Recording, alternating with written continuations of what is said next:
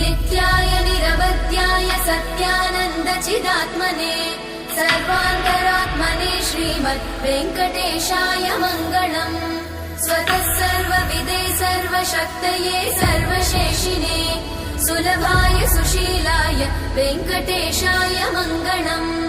परस्मै ब्रह्मणे पूर्णकामाय परमात्मने प्रयुञ्जे परतत्त्वाय वेङ्कटेशाय मङ्गलम्।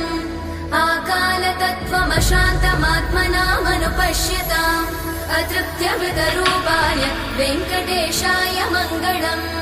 प्रायस्वचरणौ पुंसां शरण्यत्वेन पाणिना कृपया दिशते श्रीमद् वेङ्कटेशाय मङ्गलम्।